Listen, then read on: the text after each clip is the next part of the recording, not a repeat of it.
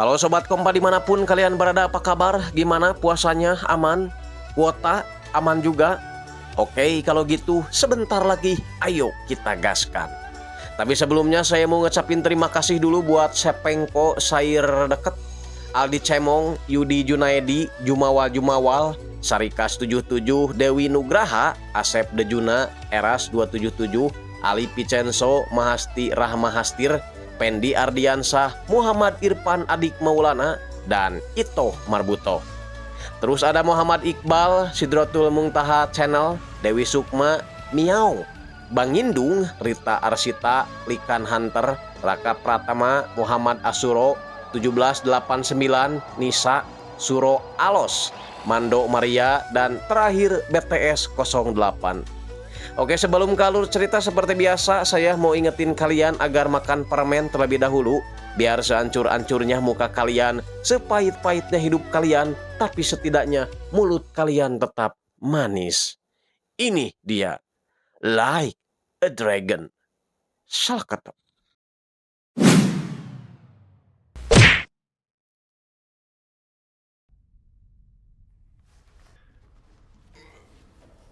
Ini bukan siluman katak hijau, melainkan seorang pria bertato naga namanya Kazuma Kiryu, dipenjara karena dituduh telah membunuh pimpinan Yakuza dari klan Dujima.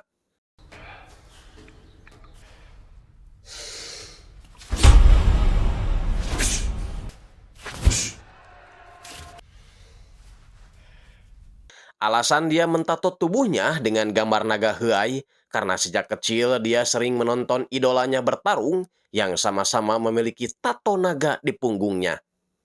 Film kemudian mundur ke tahun 95, Kazuma dan kawan-kawan menyewa geng motor karena mereka akan menjalankan misi berbahaya.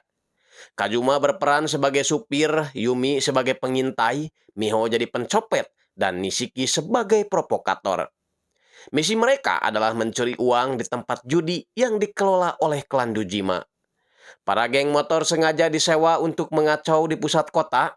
Kemudian Nishiki membakar sensor panas yang ada di tempat judi agar orang-orang berhamburan keluar.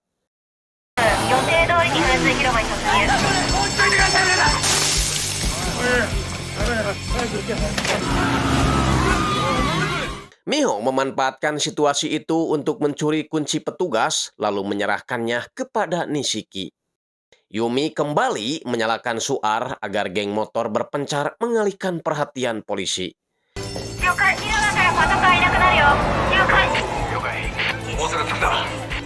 Namun tak disangka, satu polisi masuk ke dalam melihat Nishiki akan membuka pintu penyimpanan uang.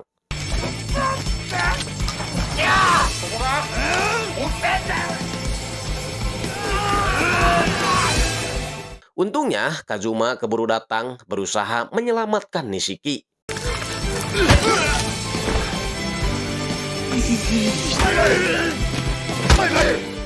Mereka pun berhasil membawa uang itu yang disimpan di dalam sebuah magicom. Tiba di panti asuhan, mereka berempat sangat senang sekali karena dengan uang itu mereka bisa pergi dari panti memulai hidup baru sebagai orang yang mandiri.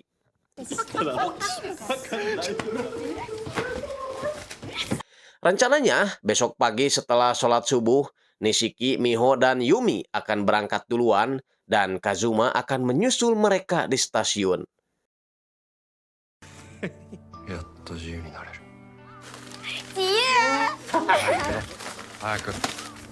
Besoknya, Kazuma terlebih dahulu mengerjakan pekerjaan rutinnya di panti, tapi ketika melihat bis pertama lewat, dia langsung mengambil tas besar berniat akan pergi.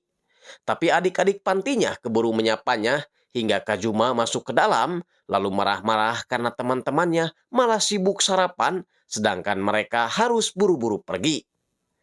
Masalahnya, para Yakuza dari klan Dujima sudah tiba di panti mencari mereka berempat.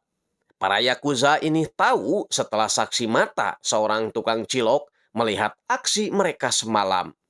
Karena takut terjadi apa-apa, Miho segera mengembalikan uang yang dicuri semalam kepada para Yakuza itu. Tapi sebagai hukumannya, para Yakuza akan memotong telinga mereka satu persatu dimulai dari Nishiki. Untungnya, yang punya panti keburu datang menyelamatkan semuanya.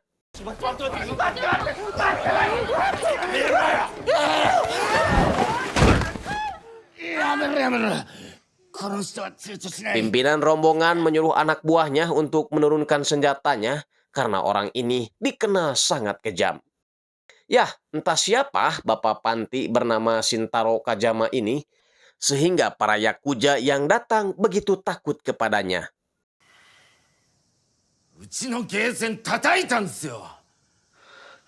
Sebagai bentuk tanggung jawab karena anak pantinya berbuat ulah, Kazama akan pergi menghadap pimpinan yakuza di kota itu bersama keempat anak pantinya.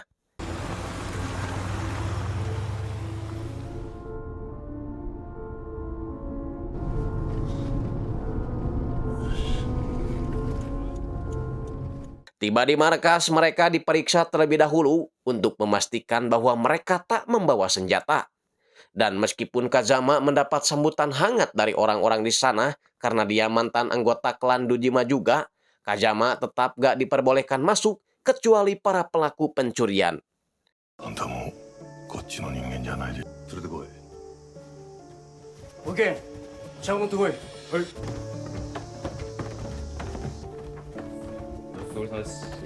Ini dia pimpinan klan Dojima, namanya Sohe Dojima.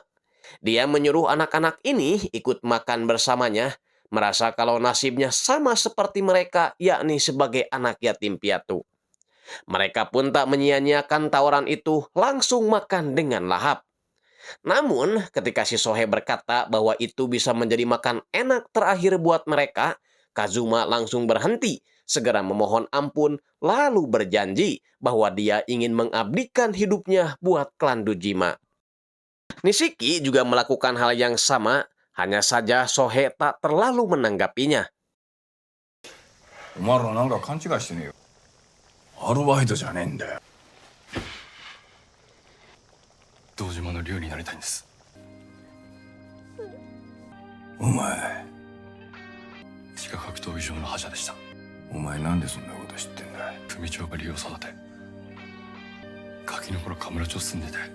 Setelah itu, Sohe menemui Shintaro Kazama membahas kerugian yang didapat perusahaan judinya.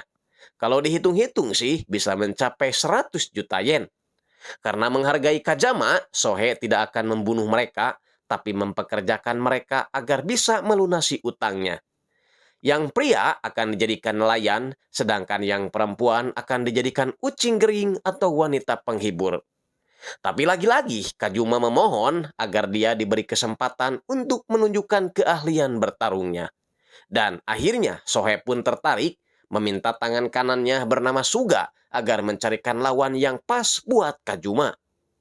Di luar, Nishiki kecewa pada Kazuma karena dia mengambil keputusan secara sepihak.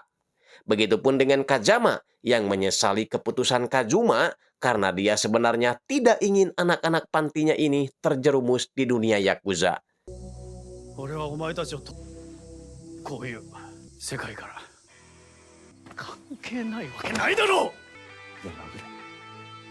Malamnya, di ruang bawah tanah kota Komorucho, Kazuma diberi kesempatan untuk bertarung.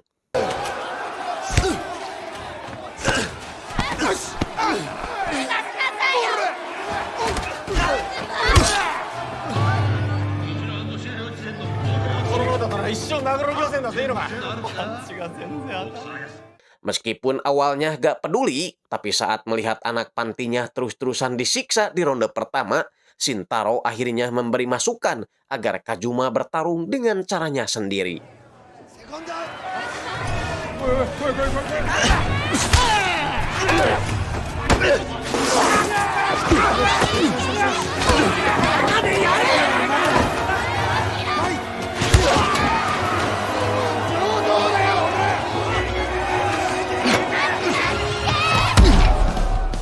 Saran Shintaro itu rupanya bermanfaat, walaupun pertandingan berakhir seri, tapi itu sudah menjadi hasil yang bagus untuk seorang pemula. Dengan begitu, Sohe menyuruh Suga agar mengurus Kazuma, mengirim Yumi dan Miho ke tempat hiburan, dan dia tidak memerlukan Nishiki. Alhasil, Nishiki dipaksa menandatangani surat perjanjian pelunasan utang dan akan mati jika tak bisa membayarnya tepat waktu. Jelas dong, Nishiki gak mau, ngamuk-ngamuk bahkan mengancam akan memotong tangannya sendiri jika dia tidak diterima menjadi anggota klan Dojima. Membuat Sohe akhirnya luluh mengangkat Nishiki sebagai bagian Dojima. お前よ。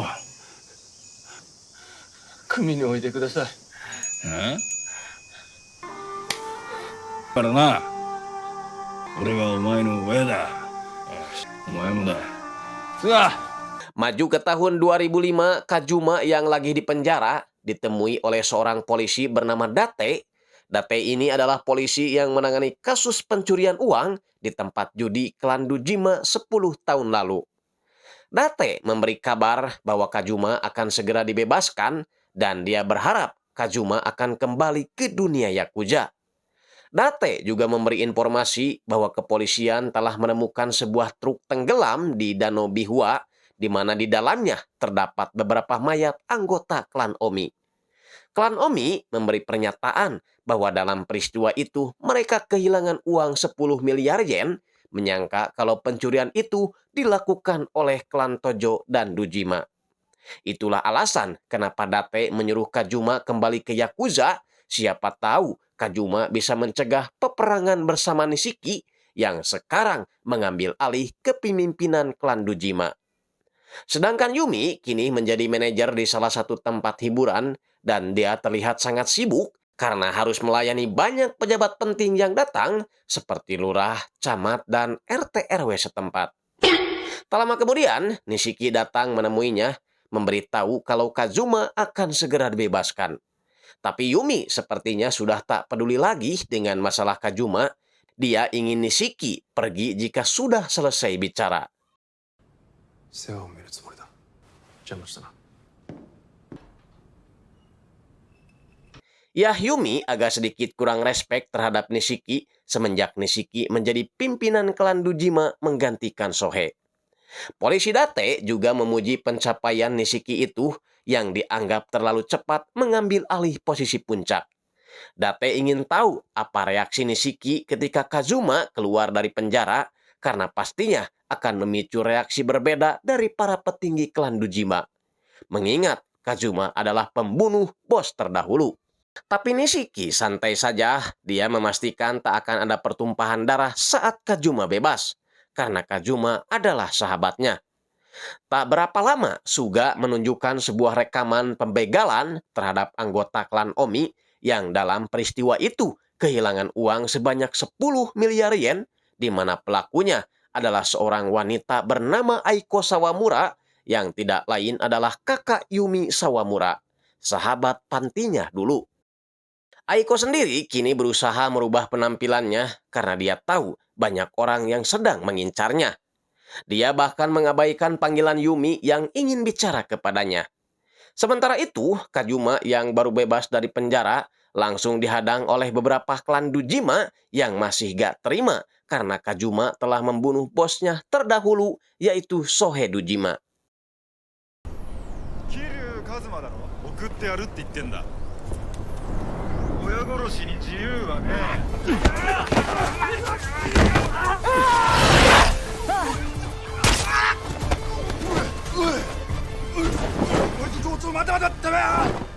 Untungnya, Kazuma masih terlalu hebat bagi mereka semua, sengaja menyisakan satu orang agar orang itu memberitahu bosnya bahwa dia tidak akan pernah ikut campur lagi masalah klan. Dia akan pergi ke Tokyo dan meninggalkan kota kelahirannya, Komorucho. Di dalam mobil, Date meneleponnya, memberitahu kalau pelaku pembegalan itu adalah Aiko Sawamura. Date ingin Kazuma kembali ke Komorucho menyelesaikan masalah ini. Sedangkan Yumi tiba-tiba mendapat gangguan saat mobilnya mau keluar dari parkiran. Sopirnya tewas dibunuh dan Yumi diancam agar tidak berbuat macam-macam. Yumi sempat melawan dan berhasil mengeluarkan orang tersebut dari dalam mobil, namun setelah itu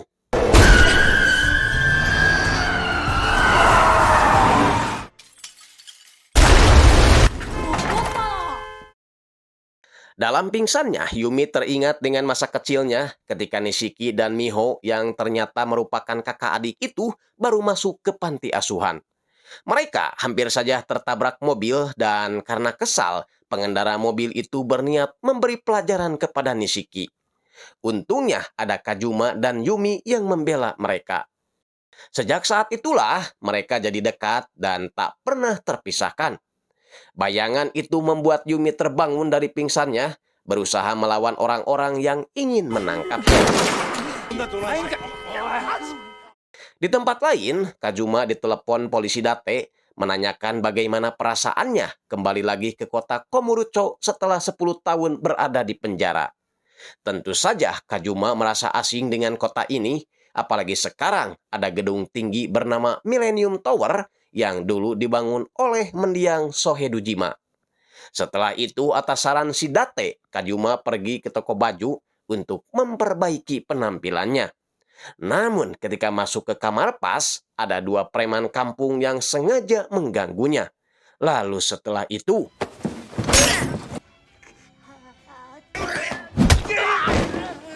Date lalu memanggilnya ke kantor polisi, menceritakan apa yang sudah terjadi di Komurucho selama Kajuma berada di penjara. 2 tahun lalu, orang nomor 2 di klan Tojo tewas dibunuh oleh seseorang bertopeng iblis. Kepolisian belum tahu siapa sebenarnya orang di balik topeng itu. Hanya saja dia selalu meninggalkan goresan luka setan di perut korbannya. Untuk saat ini, polisi menduga kalau si topeng iblis itu ingin melindungi Aiko yang kemarin mencuri uang dari klan Omi. Namun Kajuma tak peduli soal itu karena dia sudah berniat tak akan kenal lagi dengan klan Yakuza manapun. 顔見知りだろ関係ねえよ。後々面倒なんだよ。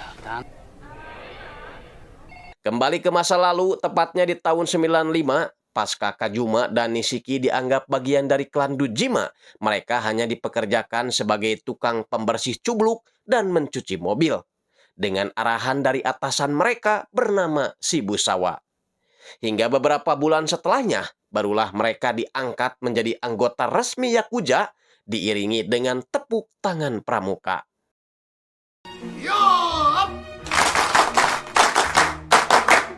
Tak hanya itu, di klub malam Serena, Sohe juga memberikan sejumlah uang kepada si Madam agar si Madam mempermak Yumi dan Miho menjadi lebih menarik. Pokoknya, semenjak itu kehidupan mereka berubah drastis. Orang-orang jadi segan menatap mereka karena tahu mereka adalah bagian dari klan Dujima. Mereka juga diberi tempat tinggal sementara yang cukup luas untuk ditinggali.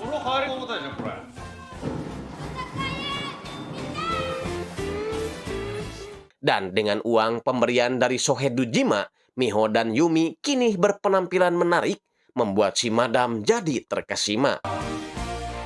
Setiap malam setelah ngabondon, Kajuma selalu menjemput Yumi dan Miho, memastikan mereka pulang dengan selamat. Setiap hari Yumi selalu berharap dapat surat dari kakaknya Aiko karena semenjak kabur dari panti mereka tak pernah bertemu lagi. Lain halnya dengan Miho yang setiap hari selalu menghayal dapat uang banyak agar kelak dia bisa berlibur ke taman mini. 国にも行ってみたい。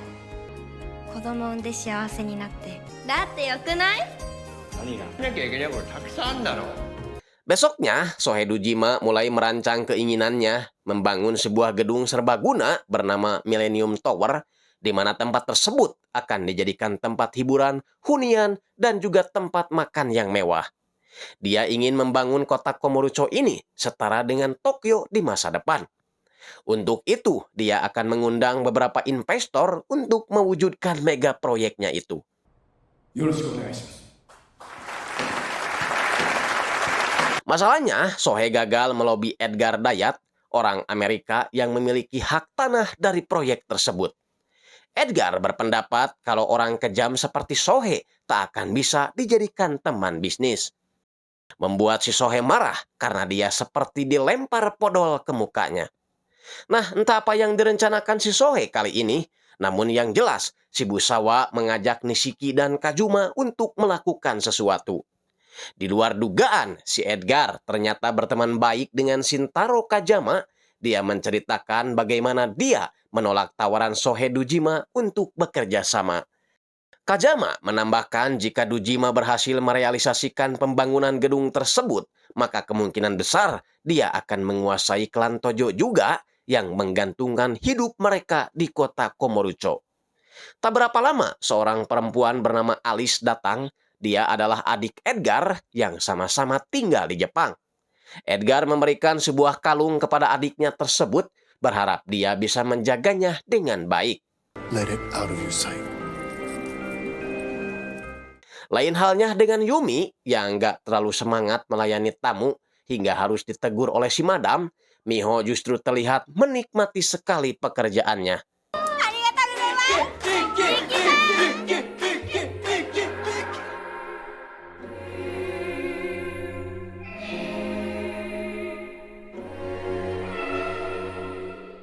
Hingga dia harus tumbang karena kebanyakan minum intihong.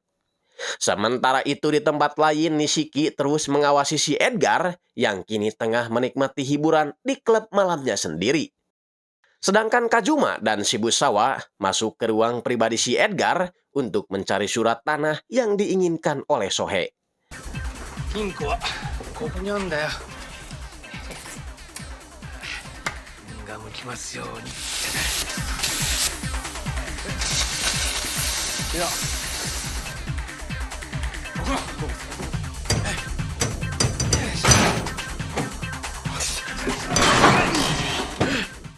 Sebenarnya mereka sudah berhasil mendapatkannya, tapi kurangnya cuma satu, yakni segelnya tidak ada. Nishiki memberitahu bahwa Edgar sudah bergerak dan mereka harus segera keluar. Padahal si Edgar hanya pergi ke toilet. Kajuma pun akhirnya keluar memasang wajah tak berdosanya. Namun dia melihat seorang pria mencurigakan masuk ke dalam toilet. Mereka pun segera masuk ke toilet dan betapa terkejutnya melihat Edgar sudah tidak bernyawa lagi. Alhasil, meskipun mereka sudah mendapat surat tanah itu, mereka tetap dihajar karena belum menemukan segel keabsahan surat tersebut. Untuk itu, Sohei memanggil Suga untuk mendatangkan dua orang pembunuh bayaran, Majima dan Taiga, untuk menyelesaikan tugas ini. Majima pun datang. Dia hampir gelut dengan si Kajuma karena kelakuannya yang gak sopan dan polontong atau belagu. 丁寧に殺したのか。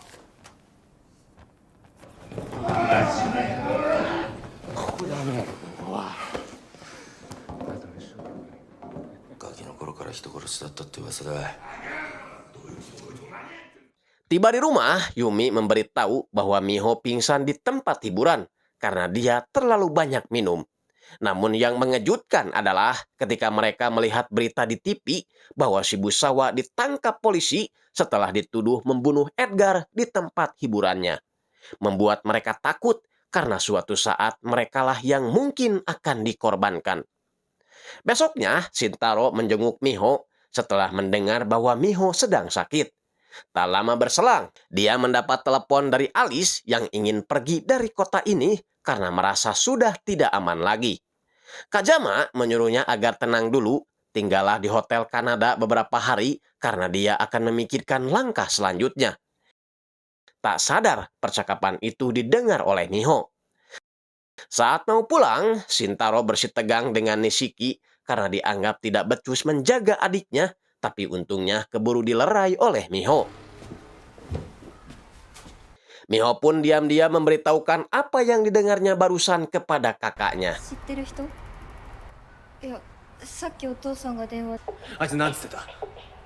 Sedangkan Kajuma ditanyai dua polisi, yakni Date dan Ariki, perihal Shibusawa yang masuk penjara sendirian karena mereka tahu kalau malam kemarin Shibusawa sedang bersama Kajuma. Tapi karena mereka tidak memiliki bukti kuat, mereka pun memutuskan untuk pergi saja. Nah, Nishiki yang udah tahu informasi dari adiknya mengenai keberadaan Alice, segera mengajak Kajuma bergerak ke Hotel Kanada.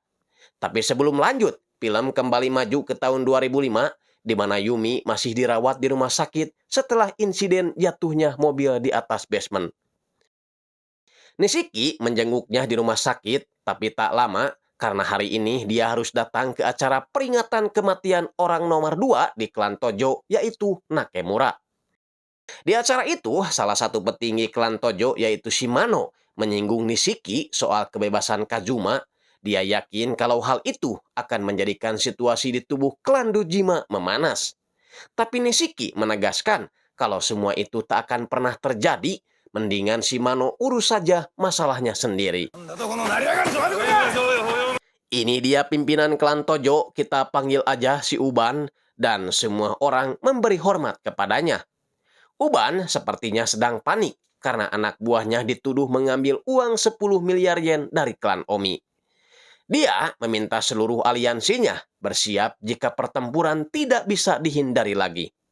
Nishiki maju ke depan, dia ingin Uban mempercayakan semua kepadanya karena dia akan berusaha sebisa mungkin agar peperangan ini tidak terjadi.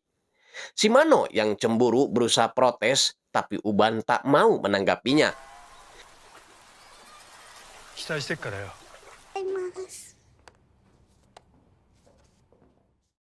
Di tempat berbeda, Aiko yang merubah penampilannya terlihat sedang berusaha menenangkan anaknya bernama Haruka yang minta dibeliin donat. Aiko pun menitipkan anaknya kepada pegawainya karena dia harus pergi ke toko donat.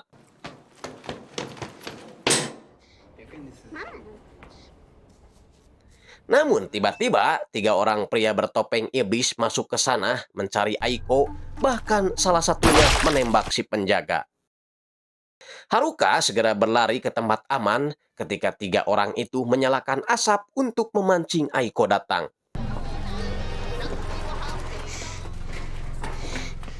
Haruka sangat ketakutan saat melihat ada seseorang mendekati tempat persembunyiannya. Namun ternyata itu adalah Kazuma yang berniat menyelamatkannya. Dan setelah Aiko keluar dari tempat donat,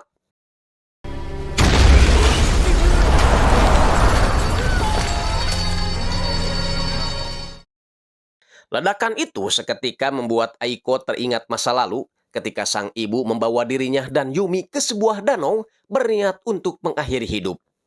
Untungnya, Aiko bisa melepaskan diri lalu mencegat Yumi agar tidak ikut tenggelam seperti ibunya. Sekarang, Yumi tak berani masuk ke dalam gedung karena bisa jadi itu adalah jebakan buat dirinya. Untungnya, Haruka bisa diselamatkan dan Kazuma membawanya ke rumah Yumi. Karena panik, Yumi memaksa Haruka secara kasar agar dia mengatakan di mana ibunya. 帰ってきた。爆発に巻き込まれてないのね。あ、ちゃんと答えて。 Tapi pada akhirnya, dia istighfar lalu meminta maaf kepada Haruka. ごめんね。怖かったね。 Sebelum pergi, Kazuma menegaskan bahwa dia tidak melihat Aiko di lokasi kejadian ketika dia menyelamatkan Haruka. Setelah itu, Kazuma pergi ke markas klan Dojima untuk menemui Nishiki. 桐生が来たと言えばわかる。 Sempat dihadang oleh beberapa penjaga karena dia adalah pembunuh bos mereka terdahulu. Untungnya, Nishiki keburu datang menghentikan mereka. カズマ、上がってくれ。弓矢んでこい。 Nishiki lalu menyuruh anak buahnya mengambil sake. Anggap saja ini adalah perayaan keluarnya Kazuma dari penjara.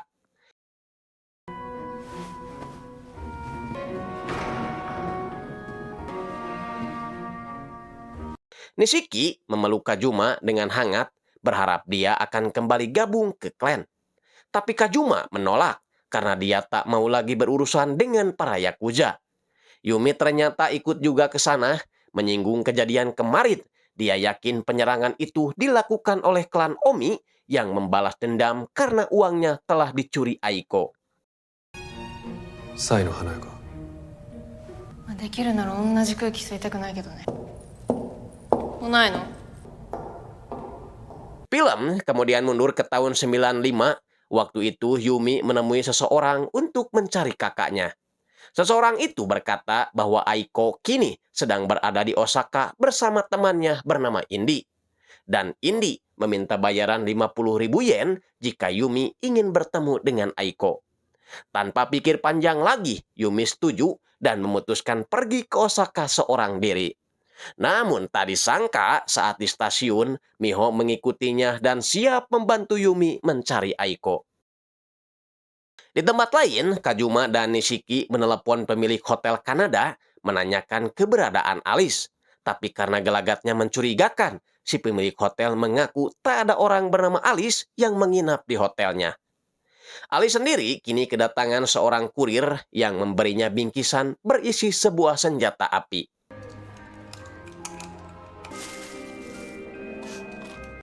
Besoknya, Kajuma dan Nishiki sudah berada di sekitaran hotel Kanada, tapi ketika mau masuk, mereka sangat terkejut melihat Majima dan Taiga ada juga di tempat tersebut. Yakin kalau tujuan mereka sama, yakni mengincar Alice.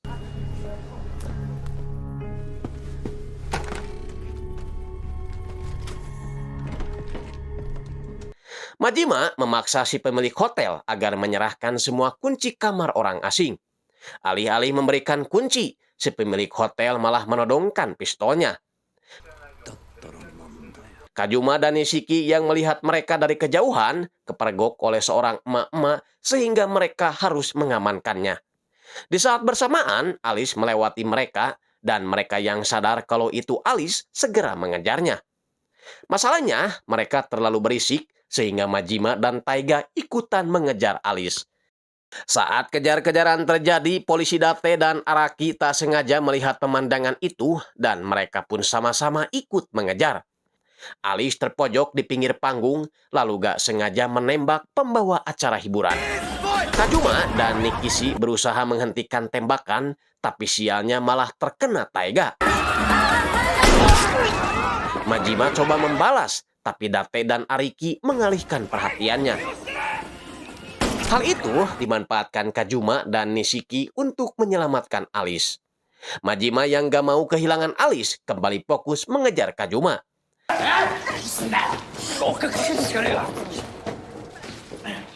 Kajuma yang terdesak akhirnya menampakkan diri bersiap melawan Majima, diawali dengan pukulan Nishiki. Gelut pun akhirnya terjadi.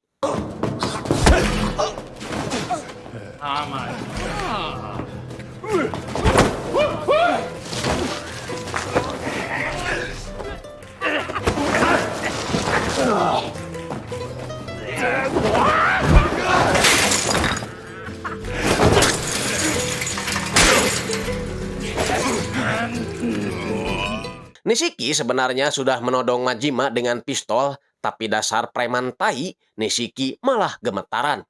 Untungnya ada Kajuma yang menghajar Majima dari belakang hingga pingsan. Kini giliran mereka yang memaksa Alice agar memberikan segelnya. Tapi sayangnya Ariki, rekan polisi Date, keburu tiba di sana. Jadi daripada ditangkap polisi, mendingan mereka kabur aja. Koploknya bukannya menolong Alice, Araki ternyata mengincar juga segel itu, segera membawa Alice ke tempat aman.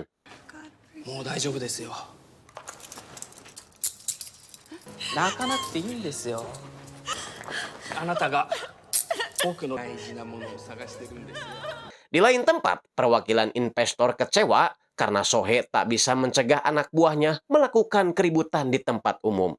Karena itu akan berpengaruh terhadap saham mereka. Kekacauan itu dibuat oleh Majima. Udah mah gagal dapetin si Alice, dia juga terlibat baku tembak dengan polisi di tempat umum. Majima.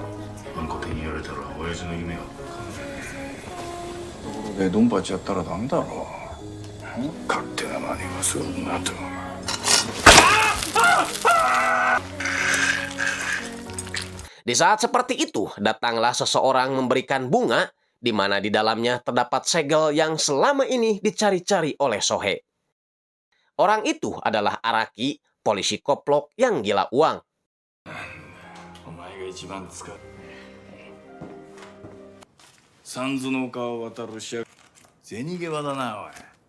Sejak saat itu, Araki dijuluki sebagai penjual bunga sai.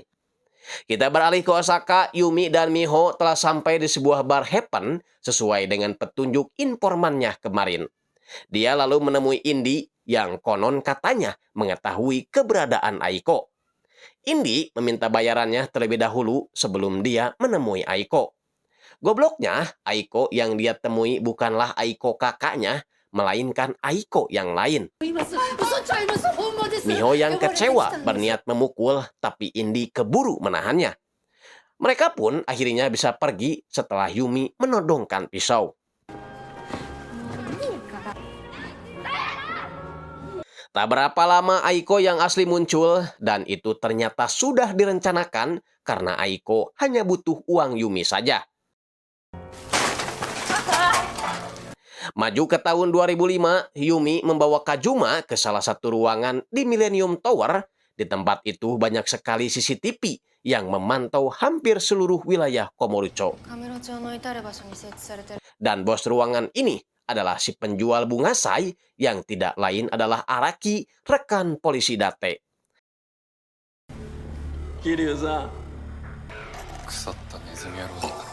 Araki sekarang tidak lagi menjadi polisi, melainkan penjual informasi kepada siapapun yang membutuhkan jasanya. Araki meminta bayaran 100 juta yen untuk informasi tentang Aiko. Yumi langsung menolak, tapi Araki memberikan penawaran menarik.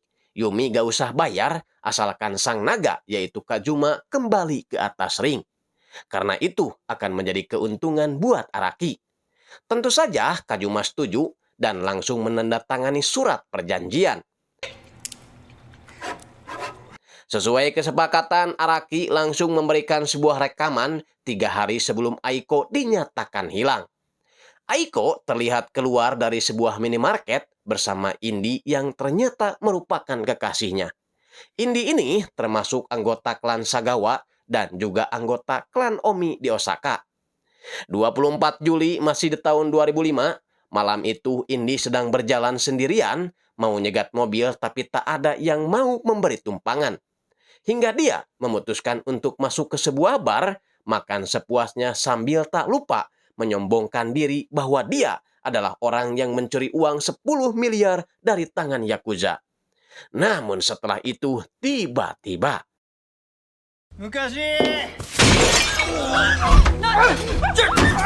ya, itu adalah perbuatan manusia bertopeng iblis.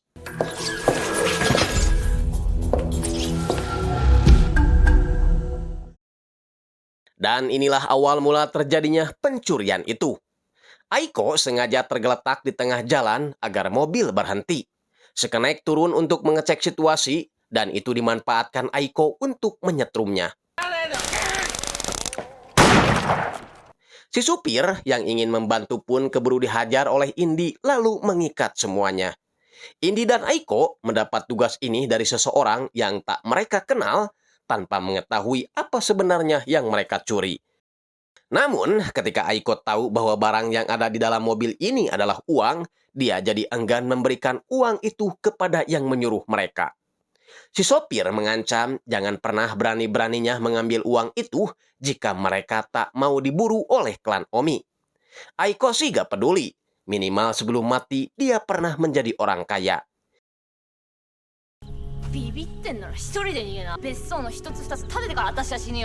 Hingga besok paginya, mereka memindahkan uang-uang tersebut lalu menenggelamkan mobil beserta isinya ke dalam danau.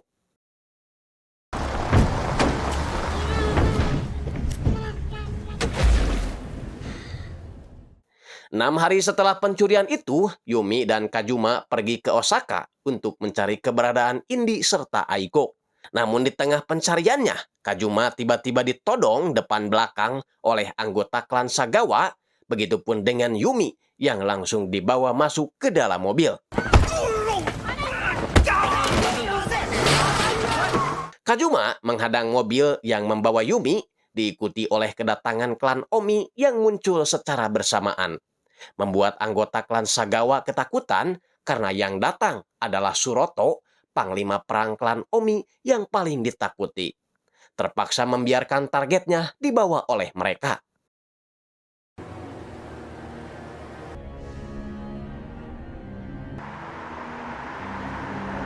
Tiba di markas klan Omi, kita bisa melihat bagaimana si botak Suroto begitu dihormati oleh semua anggotanya. Curiga orang Jawa nih, kok namanya Suroto ya? Suroto meminta Yumi menunggu karena si bos hanya ingin bertemu dengan Kazuma.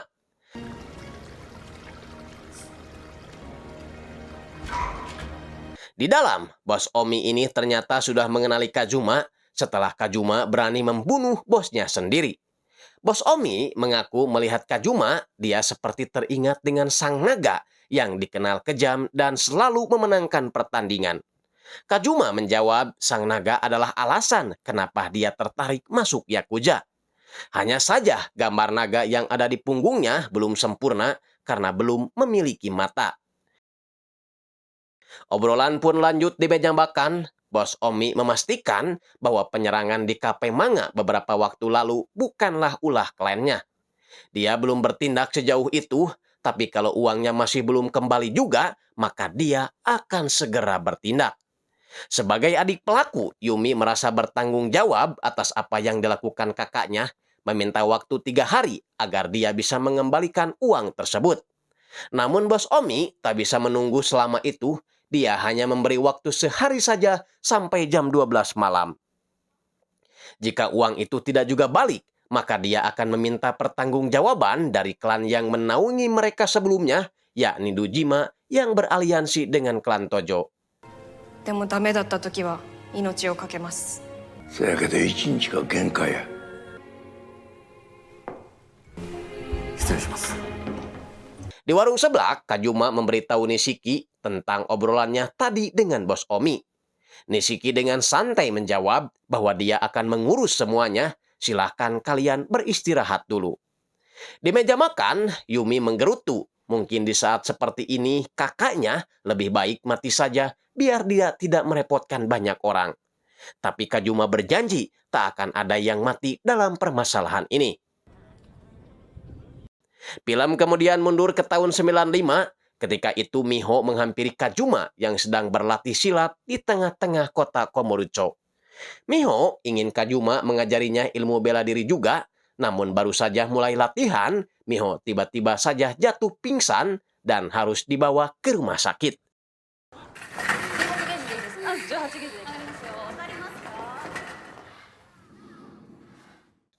Dokter mengatakan kalau Miho mengalami gangguan di ginjalnya dan dia memerlukan donor ginjal yang cocok buat Miho. Jadi sebaiknya sekarang mereka menyelesaikan dulu administrasinya sebelum tim dokter menemukan ginjal yang cocok. Nishiki berniat mendonorkan ginjalnya buat Miho, tapi si dokter berkata tak akan semudah itu. Tak banyak basa-basi, Kazuma nekat menemui Sohe Dojima, meminta bosnya tersebut untuk mencarikan lawan tanding buat dirinya agar dia bisa dapat uang. Bosnya pun setuju dan mulai nanti malam dia bisa bertarung.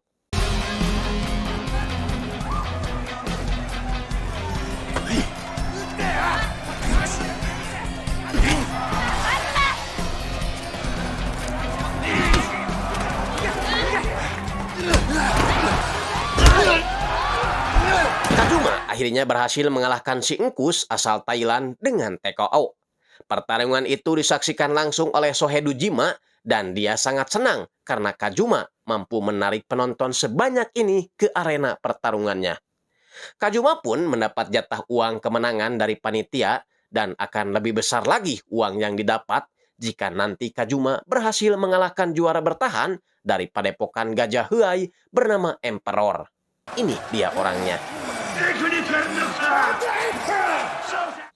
Sehabis menonton Kazuma, Nishiki menjenguk Miho di rumah sakit, mengatakan kalau golongan darah mereka tak sama, makanya dia tak bisa mendonorkan ginjalnya. Tapi dia membawa kabar gembira bahwa Kazuma berhasil memenangkan pertarungannya. Kazuma sendiri terus berlatih sambil mengingat perkataan Sohe bahwa dia akan mentato punggung Kazuma setiap Kazuma memenangkan pertarungan. Dan setelah tato naganya sempurna, maka dia akan menjadi naga Dojima yang sesungguhnya. Nishiki juga tak bisa hanya berdiam diri saja. Dia mencari uang ke sana kemari, bahkan mendonorkan darahnya buat orang lain, asalkan dia mendapat uang untuk biaya pengobatan adiknya. Shintaro Kazama yang sayang kepada mereka menawarkan bantuan agar melatih Kazuma. Hasil latihan itu rupanya gak sia-sia karena semenjak itu Kazuma terus memenangkan pertarungan.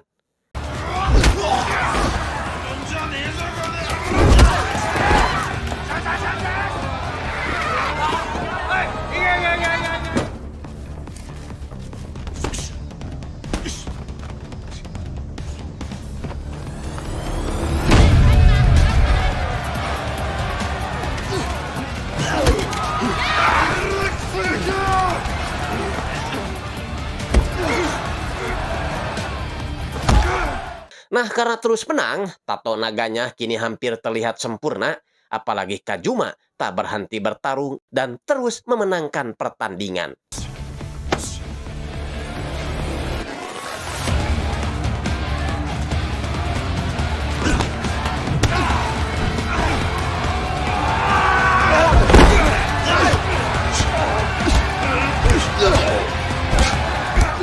Masalahnya, kemenangan terus-menerus Kajuma itu membuat Sohei khawatir takut Kajuma tak bisa dikendalikan. Untuk itu, dia mengundang Nishiki makan malam, membahas soal adiknya yang membutuhkan donor ginjal. Biaya donor ginjal itu pastinya gak sedikit, setidaknya Nishiki harus punya uang 100 juta yen. Sohei akan menjadikan semua itu mudah dengan menjadikan pertandingan Kajuma berikutnya menguntungkan mereka. Jadi, Nishiki hanya perlu membujuk Kajuma agar mengalah di pertandingan berikutnya.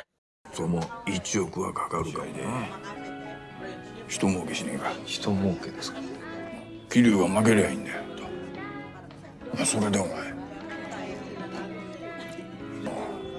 彼の心配はいらねえと。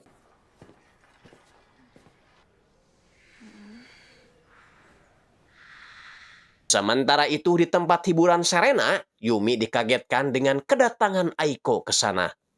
Tiba di rumah, Aiko yang kelakuannya kokod monongen atau suka mencuri dan menipu, terlihat terus mengambil uang dari wadah kaleng kongguan. Yumi sebenarnya tahu itu, tapi dia pura-pura bego aja biar kakaknya senang. Sedangkan Nishiki terus kepikiran dengan permintaan Sohei yang ingin agar dia membujuk Kajuma mengalah dalam pertandingan. Sampai-sampai dia gak konsen menyenggol preman kampung yang sedang berjalan. Alhasil, inilah yang terjadi.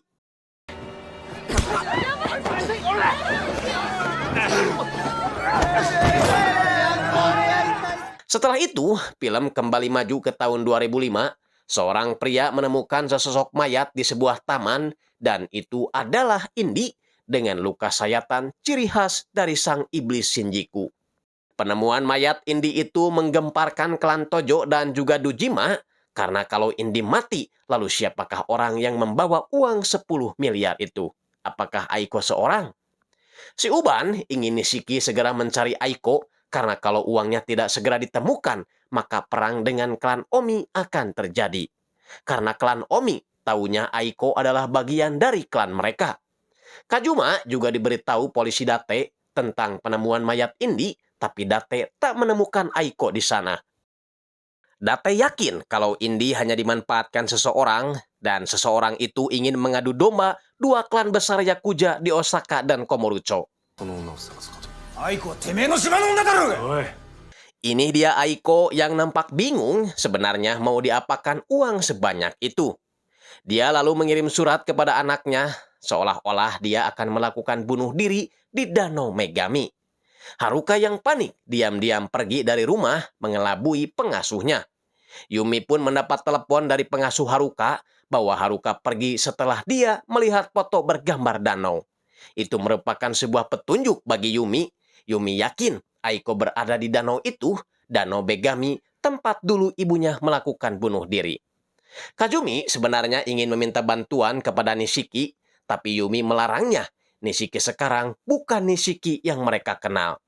Yumi justru curiga kalau Nishiki telah bekerja sama dengan sang iblis untuk menyingkirkan orang-orang yang dianggap akan menjadi pesaingnya. Malamnya, gerombolan iblis Shinjuku mendatangi tempat Araki untuk mencari tahu di mana posisi Aiko sekarang.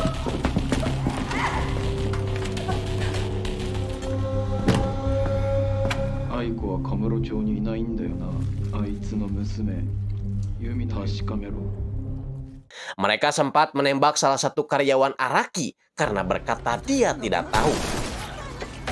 Araki yang ketakutan menjawab bahwa dia hanya meretas wilayah yang berada di Komorucho saja. Hanya saja dia melihat Haruka, anak Aiko, berjalan menuju stasiun sejam yang lalu.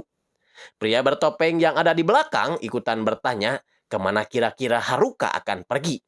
Seketika pimpinan iblis itu menembaknya karena dia yakin dia adalah seorang mata-mata. Saat memeriksa, si iblis menemukan mikrofon menempel di perut orang itu dan ternyata orang tersebut adalah salah satu anggota kepolisian. Si iblis terus meminta Araki agar mencari tahu di mana Aiko. Jika masih tidak ketemu, maka dia akan membantai semua anak buahnya, termasuk dirinya.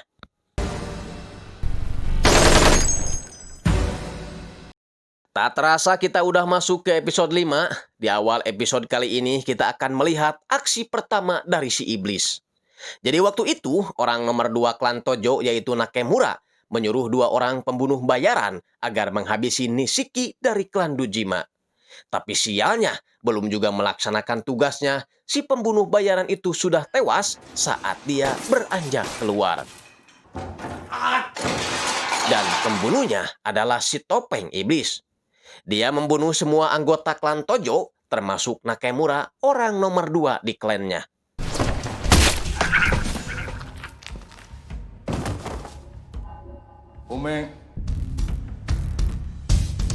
Date yang kebetulan menangani kasus itu melihat luka di perut Nakemura dihiasi dengan sayatan garis setan. Setelah itu film kembali ke tahun 2005 di mana Haruka yang baru tiba di stasiun harus ketinggalan bis dan terpaksa harus menunggu bis selanjutnya. Di lain pihak, Shimano masih tak terima karena pimpinan mereka, si Uban, mempercayakan kasus Aiko ini kepada Nishiki, melampiaskan kekecewaannya kepada anak buahnya. Shintaro Kajama yang juga ada di sana berusaha meyakinkan Shimano kalau Kazuma dan Yumi pasti bisa mengembalikan uang itu. Tapi untuk jaga-jaga, Shintaro akan coba menemui bos Omi, membicarakan masalah ini secara baik-baik, dan Shimano hanya perlu menjaga baik-baik anak buahnya. Balik lagi ke stasiun, Haruka yang menunggu kedatangan bis selanjutnya tiba-tiba dihampiri oleh seseorang yang memakai jas hitam. Saya belum tahu dia siapa, yang jelas kali ini Shintaro sedang dalam perjalanan menuju markas klan Omi.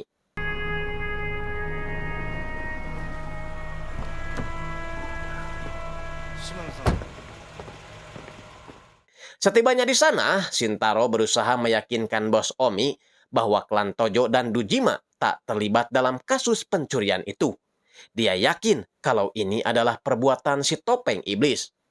Masalahnya, bos Omi tidak mau tahu soal itu. Pokoknya, jika tengah malam nanti uang itu belum dia dapatkan, maka klan Tojo dan Dujima harus menanggung akibatnya. Di sisi lain, Shimano kembali melakukan protes kepada bosnya. Dia ingin bosnya membubarkan klan Dujima karena semenjak mereka beraliansi, klan Dujima terutama Nishiki selalu membuat masalah yang akan membuat klan Tojo hancur perlahan. Bahkan tak tanggung-tanggung, Shimano menuduh Nishiki sudah bekerja sama dengan topeng iblis untuk mengadu domba klan Tojo dengan klan Omi. Merasa kalau Shimano telah lancang, Uban menyuruh anak buahnya untuk mengambilkan pedang, tapi tak ada seorang pun yang bersedia mengambilnya. Karena sepertinya mereka setuju dengan pendapat Shimano.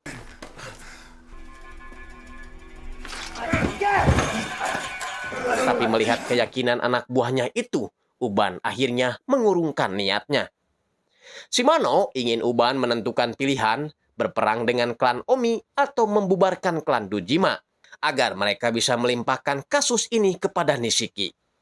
Uban pun menyetujuinya, langsung memberitahukan hal itu kepada Shintaro, dan Shintaro menyampaikan keputusan Uban tersebut kepada bos Omi.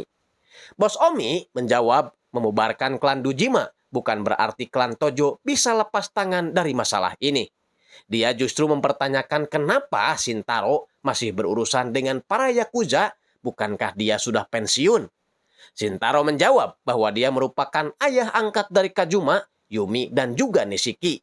Jadi dia merasa harus ikut bertanggung jawab atas tindakan anak-anaknya. Beralih ke Aiko yang nongkrong di pinggir danau sambil bernostalgia mengingat saat ibunya meninggalkan dirinya dan Yumi. Aiko juga ingin melakukan hal yang sama hari ini karena menganggap Haruka sudah tewas akibat ledakan bom kemarin. Untungnya Yumi segera menyelamatkannya.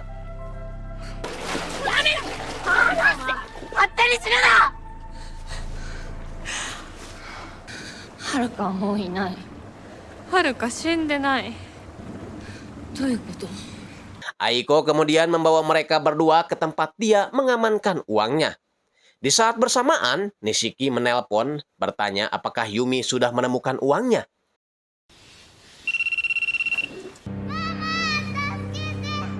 Nishiki ingin Yumi membawa uang 10 miliar itu untuk ditukar dengan Haruka. Mendengar itu, Kazuma semakin yakin kalau Nishiki sudah bekerja sama dengan si topeng iblis untuk mengadu domba klan Tojo dengan Omi. Tapi Nishiki menjawab kalau Kazuma lah yang mengkhianatinya dari awal. 10年前俺たち兄弟を裏切ったのはお前だろう。 Entah apa yang dimaksud Nishiki, yang jelas film kembali mundur ke tahun 95. Saat itu Nishiki bertemu dengan dokter yang menangani operasi Miho dan juga si calo pasar gelap yang mengaku bahwa dia sudah mendapat ginjal yang cocok buat Miho. Intinya, Miho akan terselamatkan berkat bantuan dari Sohe Dojima. Namun seperti yang udah dibahas sebelumnya, Nishiki harus membuat Kazuma kalah dalam pertarungan dan dia disuruh untuk memasukkan obat bius itu ke dalam minuman Kazuma. Malamnya, Sohe berkumpul dengan semua anak buahnya di sebuah bar, berkata bahwa dia membutuhkan banyak uang untuk modal membangun gedung Millennium Tower. Dan pertandingan besok diharapkan akan sesuai dengan rencananya. Singkatnya, pertarungan pun tiba. Nishiki hanya bisa terdiam, beda halnya dengan Sohe Dojima yang terlihat sangat antusias sekali menonton pertandingan tersebut.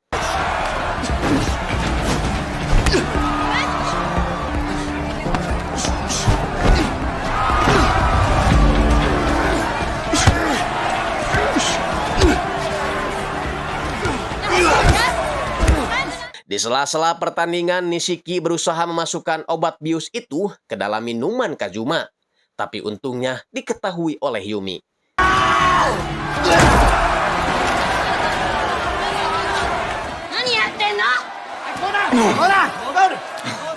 Karena sudah ketahuan, Nishiki akhirnya memohon secara langsung agar Kazuma mengalah dalam pertarungan ini. Karena dengan begitu, Miho bisa selamat. Gara-gara Nishiki, Kazuma jadi gak fokus dalam bertanding, terus-menerus dihajar sambil berpikir apa yang harus dia lakukan.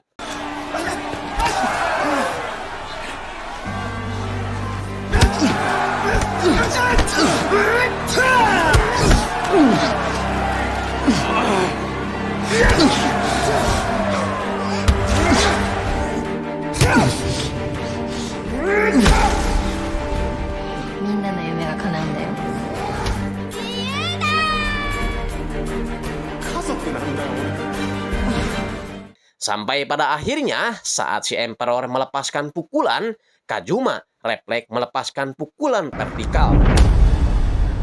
Membuat si Emperor terjatuh, aduk songkol, gak bisa bangun lagi.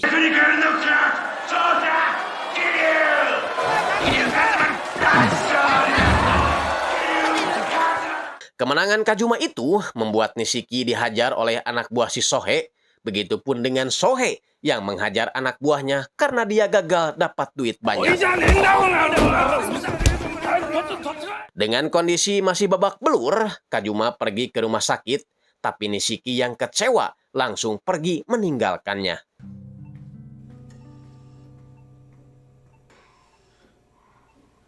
Besoknya, Nishiki menemui dokter yang selama ini menangani Miho.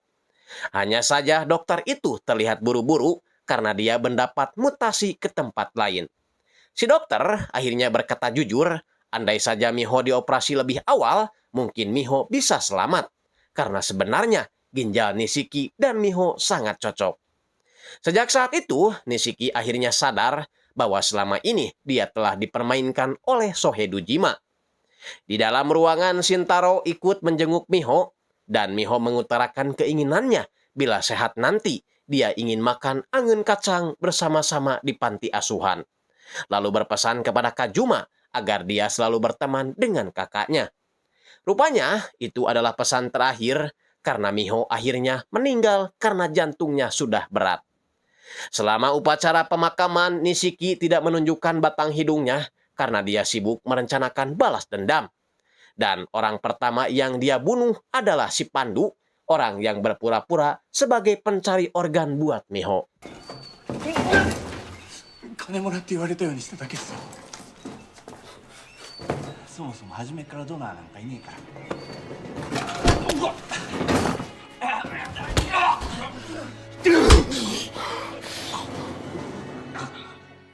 Beberapa hari kemudian, Yumi pergi ke klub Serena, tapi di sana sudah banyak polisi menggeledah tempat itu. Dan semua ini akibat si Madam gak mau memberi jatah keuntungan 50% kepada klan Dujima. 荒木さん、ちょっと後悔ばっかりの人生だったことはちっともこ Penggeledahan ini rupanya ada peran Aiko juga yang bekerja sama dengan polisi Araki membawa pekerja yang masih di bawah umur agar polisi punya alasan untuk menutup tempat ini.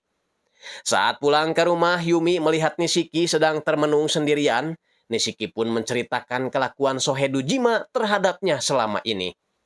Namun, tiba-tiba setan kelamin merasuki Nishiki, memaksa Yumi agar melayaninya. Yumi jelas menolak karena dia tidak mencintai Nishiki. カズマが好きか。カズマは関係ない。 Yumi pun pergi keluar, memeluk Kazuma yang sedang terdiam di taman kota. Mengajak Kazuma pergi, meninggalkan kota ini sambil menciumnya. Kazuma pastinya menolak jika mereka pergi tanpa Nishiki. Tiba di rumah, Kazuma iseng-iseng membuka lemari tempat dia menyimpan senjata api. Tapi senjatanya sudah tidak ada di sana. Dia pun menanyakan soal Nishiki kepada Yumi, dan Yumi berkata bahwa saat ini Nishiki merasa dibohongi oleh Dujima. Baru sadar kalau senjata itu dibawa Nishiki untuk membunuh Dujima, segera pergi dari sana meski sempat dihalangi oleh Yumi. Ya, Nishiki kini berada di markas klan Dujima sambil membawa bingkisan tanpa seorang pun mencurigainya. Beda dengan Nishiki, kedatangan Kazuma justru mendapat hadangan dari anak buah Dujima.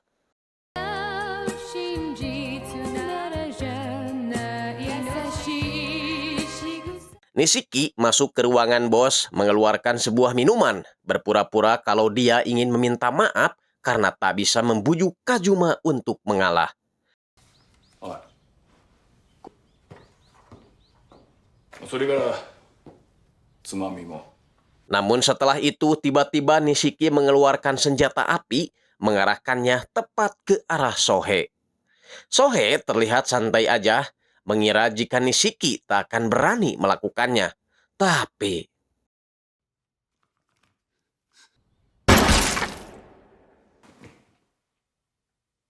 secara bersamaan, Kazuma datang dan orang-orang yang mendengar suara tembakan segera masuk ke dalam. Kazuma langsung menutup pintu, tapi Nishiki malah berniat akan membunuhnya.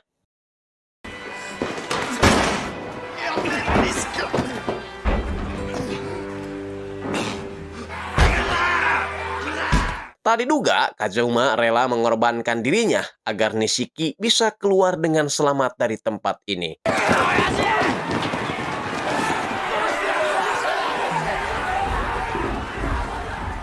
Nishiki mengambil surat tanah yang ada di atas meja Sohe.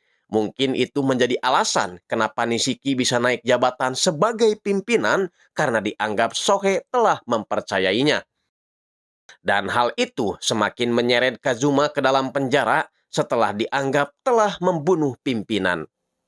Kembali ke masa sekarang, Shimano dan klan Tojo lainnya telah sampai di Millennium Tower ingin bertemu dengan Nishiki. Suga menjawab bahwa bosnya sedang tidak ada di ruangan.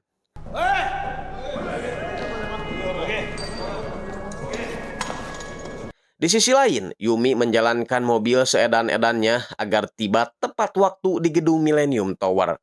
Tapi sialnya, mereka malah dihadang oleh para Yakuza dari klan Tojo. Kazuma terpaksa turun membiarkan Yumi melaju dengan mobilnya. Sebagian orang baru banyak yang sok keras pada Kazuma, tapi ketika tahu bahwa dia adalah Kazuma, mereka langsung lemah. Salah satu di antara mereka berkata bahwa di dalam sedang ada pertemuan antara Shimano dengan Nishiki. Sambil membawa surat pembubaran bagi klan Dujima, Shimano tak sabar menunggu kehadiran Nishiki. Sementara di luar, Uban pimpinan klan Tojo sudah sampai di sana disambut oleh para anak buahnya. Disusul dengan kedatangan klan Omi yang didahului oleh Shintaro Kazama. Kazama ga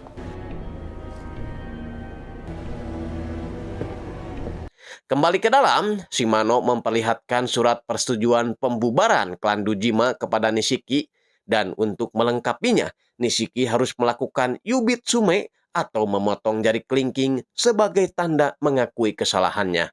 Namun tiba-tiba,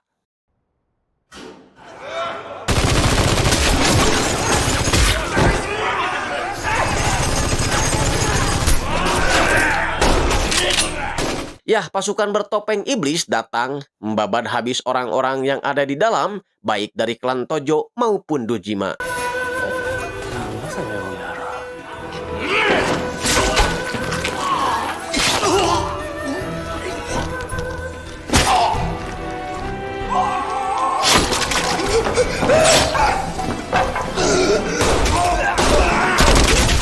Masalahnya, orang-orang di luar jadi tak terkendali saat melihat percikan kaca jatuh dari atas, disusul jatuhnya Shimano dengan tanda setan di perut.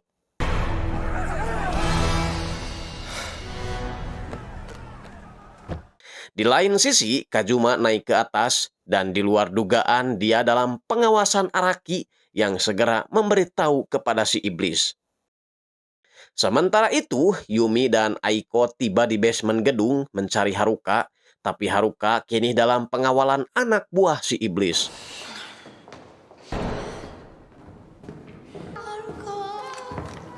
Kembali ke dalam, Kazuma perlahan masuk ke aula dan langsung disambut oleh si topeng iblis.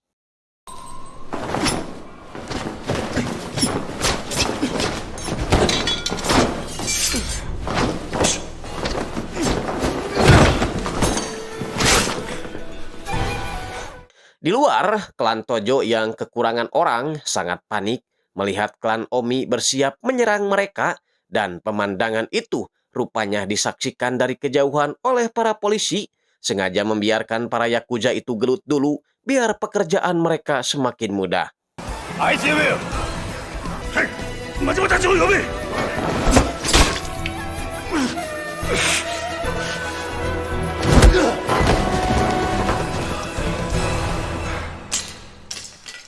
Tak diduga, rupanya yang ada di balik topeng iblis itu adalah Nishiki yang ingin memusnahkan semua Yakuza yang berada di kota Komolucho.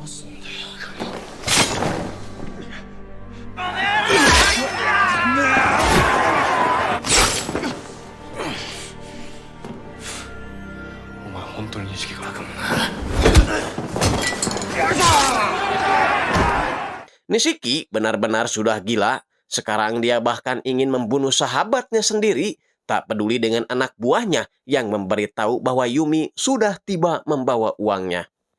Begitupun dengan klan Omi yang membabi buta membantai pasukan klan Tojo.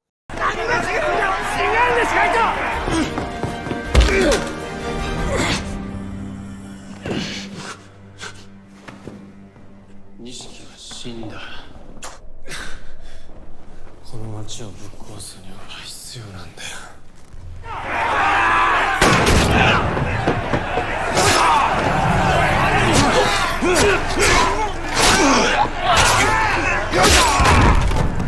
止めなくていい。Nishiki.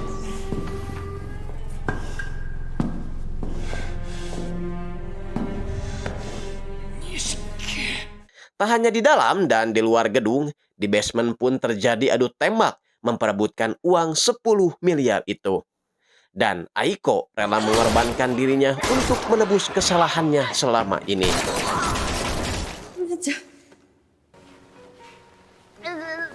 Yumi langsung memasukkan kakaknya ke dalam mobil karena mereka harus segera mengembalikan mobil serta uang itu kepada pemiliknya.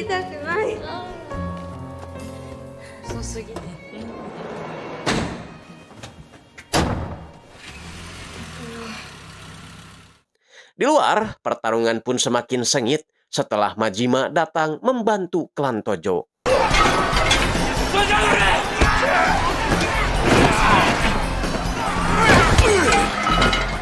Shintaro juga ikut larut dalam pertarungan itu dan dia harus terkena sabatan pedang Masuroto, panglima perang klan Omi.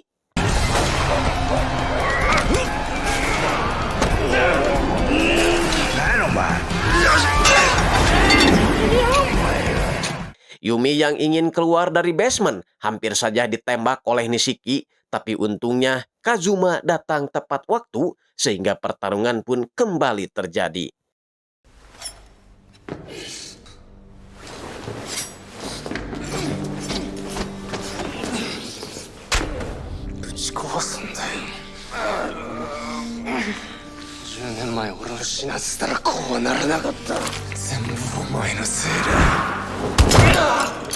Meskipun marah, Kazuma tak berniat membunuh sahabatnya ini, dan hal itu dimanfaatkan lagi oleh Nishiki untuk menyerangnya.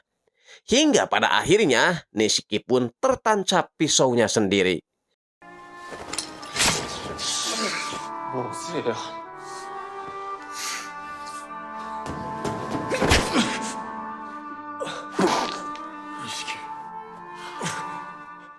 Kazuma lagi-lagi berusaha menolong Nishiki, dan dalam keadaan terluka, Nishiki akhirnya memberitahu kalau pembunuh orang tua mereka adalah Sang Naga.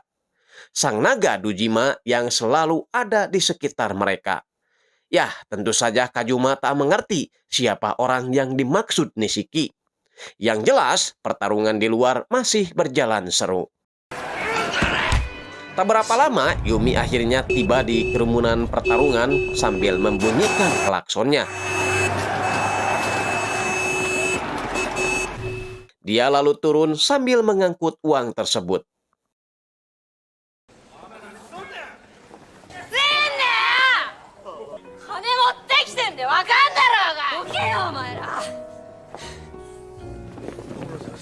Yumi menyerahkan uang tersebut kepada bos Omi dan seketika perang pun berakhir.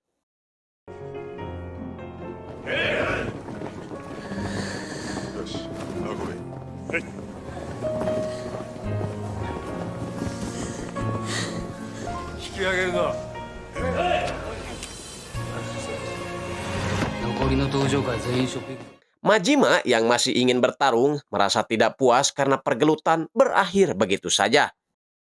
Kazuma dengan sabarnya menggendong Nishiki berjalan di antara koridor gedung sambil membayangkan masa-masa ketika mereka masih bersama.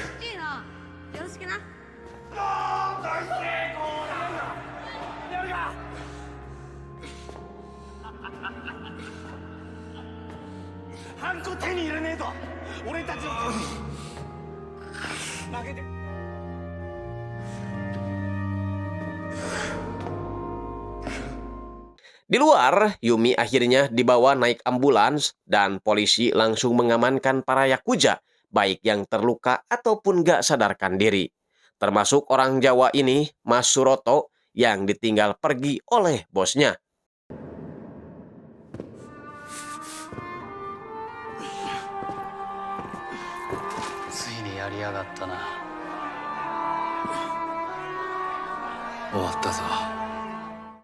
Melihat Kazuma masih hidup, Majima yang masih penasaran mengajak Kazuma bertarung lagi kapan-kapan. Nishiki langsung dimasukkan ke mobil ambulans dan Kazuma dipapah Yumi pulang karena Shintaro sudah menunggu mereka agar balik ke panti asuhan.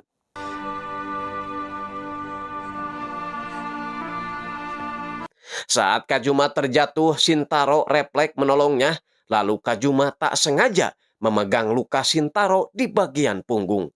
Namun alangkah terkejutnya ketika Kazuma melihat tato naga di punggung ayah angkatnya itu. Rupanya dialah Sang Naga Dojima yang diidolakannya sejak kecil. Dan film pun berakhir. Oke Sobat Kompa, itu tadi rangkuman film series Like a Dragon. Mudah-mudahan kalian suka dan mengerti dengan apa yang saya sampaikan. Mohon maaf apabila ada salah-salah kata atau kata-kata yang menyinggung perasaan kalian, karena ini hanya hiburan semata. Kesan yang bisa kita ambil dari film ini adalah kalau mau mentato tubuh, usahain ya jangan gambar naga, karena bawaannya tuh negatif, suka pengen nabokin mertua kalau lagi gak punya uang. Mendingan gambar yang adem-adem aja lah ya. Gambar musola ke gayung atau apalah. Yang penting adem. Oke, saya Andreas Baok pamit. Wassalamualaikum warahmatullahi wabarakatuh. Adios. Paramios.